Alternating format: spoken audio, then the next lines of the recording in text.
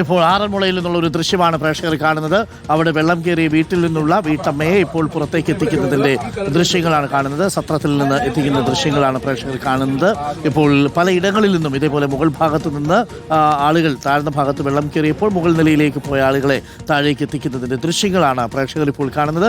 NDRF സംഘങ്ങൾ അവിടെ dinghy ബോട്ടുകളിൽ രക്ഷാപ്രവർത്തനം നടത്തുന്നുണ്ട്. ഫയർഫോഴ്സ് ഉദ്യോഗസ്ഥർ അവിടെ ജാഗരൂകമായി തന്നെ നിൽക്കുന്നുണ്ട്. നാട്ടുകാരും രക്ഷാപ്രവർത്തനത്തിലുണ്ട്. പള്ളിയോട സംഘങ്ങളുടെ ബോട്ടുകളും വേണ്ടി വന്നാൽ ഇറക്കും എന്ന് ആറന്മുള MLA അബിൻ വർക്കി അറിയിച്ചിട്ടുണ്ട്. വ്യത്യസ്ത ഇടങ്ങളിൽ നിന്നുള്ള ദൃശ്യങ്ങളാണ് പ്രേക്ഷകർ കാണുന്നത്. റാന്നിയിൽ തന്നെ പലയിടങ്ങളിൽ ഇപ്പോൾ നമ്മൾ ഏറ്റവും കൂടുതൽ ഫോക്കസ് ചെയ്യേണ്ട സ്ഥലം റാന്നിയാണ് എന്ന് തോന്നുന്നു. ഏറ്റവും കൂടുതൽ വെള്ളം കയറിക്കിടക്കുന്നതും അല്പം അപകടാവസ്ഥയിലുള്ളതും റാന്നിയിലാണ്. ഇനി ഏതെങ്കിലും തരത്തിൽ വെള്ളം ഉയർന്നാൽ റാന്നിയിൽ കുറച്ച് കുഴപ്പമുണ്ടാകും. ഇപ്പോൾ നിലവിൽ സാഹചര്യങ്ങൾ നിയന്ത്രണ വിധേയമാണ്. ആരും എവിടെയും കുടുങ്ങിക്കിടപ്പില്ല.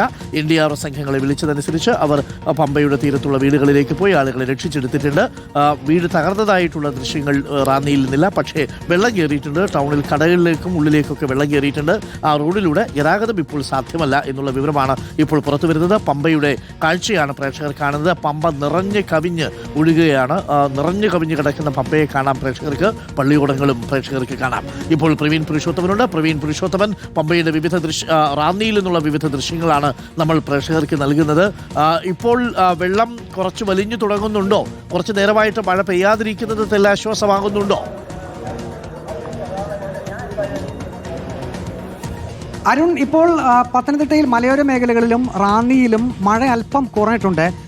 പമ്പാ നദിയിൽ ഇപ്പോൾ നമുക്ക് റാന്നിയിൽ നിന്നും നമുക്ക് പറയാനുള്ളത് ഈ അതിശക്തമായിട്ടുള്ള മഴ പെയ്യുമ്പോൾ പമ്പാ നദിയുടെ ഒഴുക്ക് അതിൻ്റെ ദിശ മാറും. പലയിടങ്ങളിലും ഈ വളവുകൾ ഉള്ള ഭാഗങ്ങളിൽ പമ്പാ നദിയിൽ അത് തീരത്തേക്ക് കുറച്ചുകൂടി കടന്ന് ഒഴുകുന്ന ഒരു സാഹചര്യമുണ്ട്. അങ്ങനെയാണ് ഈ റാന്നി ഭാഗം, പ്രത്യേകിച്ച് മാമുക്ക് ടൗൺ ഉൾപ്പെടെയുള്ള ഭാഗങ്ങളിലേക്ക് വെള്ളം ഇരച്ചു കയറുന്നത്. പമ്പാ നദിയുടെ ദൃശ്യം നാം കാണുമ്പോൾ തന്നെ മനസ്സിലാകും. റാന്നിയോട് ചേർന്നൊരു വളവുണ്ട്. ആ വളവിൽ അതിശക്തമായിട്ടുള്ള മഴ പെയ്ത് വെള്ളത്തിൻ്റെ അളവ് കൂടുമ്പോൾ പമ്പാ നദിയുടെ ഒഴുക്ക് നേരെ എതിർ ദിശയിലേക്കാകും. അങ്ങനെയാണ് താഴ്ന്ന മേഖലകളിലേക്കും ഈ നഗരഭാഗങ്ങളിലേക്കും ഒക്കെ വെള്ളം കയറുന്നത്. എല്ലാ വർഷങ്ങളിലും കനത്ത മഴ പെയ്യുമ്പോൾ റാന്നി മാമുക്ക് ഭാഗങ്ങളിൽ സ്ഥിരമായി സംഭവിക്കുന്ന ഒന്നാണിത്. അതായത് 2018 സമാനമായിട്ടുള്ള രീതിയിൽ ഇന്ന് പുലർച്ചെ വെള്ളം കയറി. പക്ഷേ ഇപ്പോൾ മഴയുടെ ശക്തി അല്പം കുറഞ്ഞിട്ടുണ്ട്. എന്നാലും വ്യാപാര സ്ഥാപനങ്ങളിൽ നിന്നും വെള്ളം പൂർണ്ണമായും ഇറങ്ങിയിട്ടില്ല. വ്യാപാരികളും വീട്ടിലുള്ളവരുമൊക്കെ പറയുന്നത് അവർക്ക് സാധന സാമഗ്രികളൊന്നും മാറ്റാനുള്ള സമയം കിട്ടിയില്ല എന്നുള്ളതാണ്. പുലർച്ചെ ആയപ്പോഴേക്കും കടകളിലേക്കും വീടുകളിലേക്കുമൊക്കെ വെള്ളം ഇരച്ചു കയറി. പല കടകളും ഈ കാണുന്ന രീതിയിൽ ഷട്ടറുകളൊക്കെ അടച്ച് ഇട്ടിട്ടുണ്ട്. പക്ഷേ എങ്കിൽ പോലും അകത്തേക്ക് വെള്ളം കയറിയിട്ടുണ്ട്. ഇതൊക്കെ ഫർണിച്ചർ കടയാണ്. ഒപ്പം തന്നെ ധാരാളം വ്യാപാര സ്ഥാപനങ്ങളുണ്ട്. ഇതിന് സമീപം തന്നെ വീടുകളുമുണ്ട്. ഇപ്പോൾ ഫയർഫോഴ്സും ഒപ്പം NDRF ടീമും ഒക്കെ അതിവേഗം രക്ഷാപ്രവർത്തനം നടത്തി. പ്രധാനമായും അവർ ഈ കെട്ടിടങ്ങളുടെ മുകൾ നിലയിലൊക്കെ കുടുങ്ങിക്കിടക്കുന്ന ആളുകളെയാണ് നമുക്കിപ്പോഴും ദൃശ്യങ്ങളിൽ കാണാൻ സാധിക്കും. ഇതര സംസ്ഥാന തൊഴിലാളികൾ ഈ ഭാഗത്ത് റാന്നിയിൽ കെട്ടിടങ്ങൾ ആണ് അവർ താമസിക്കുന്നത്.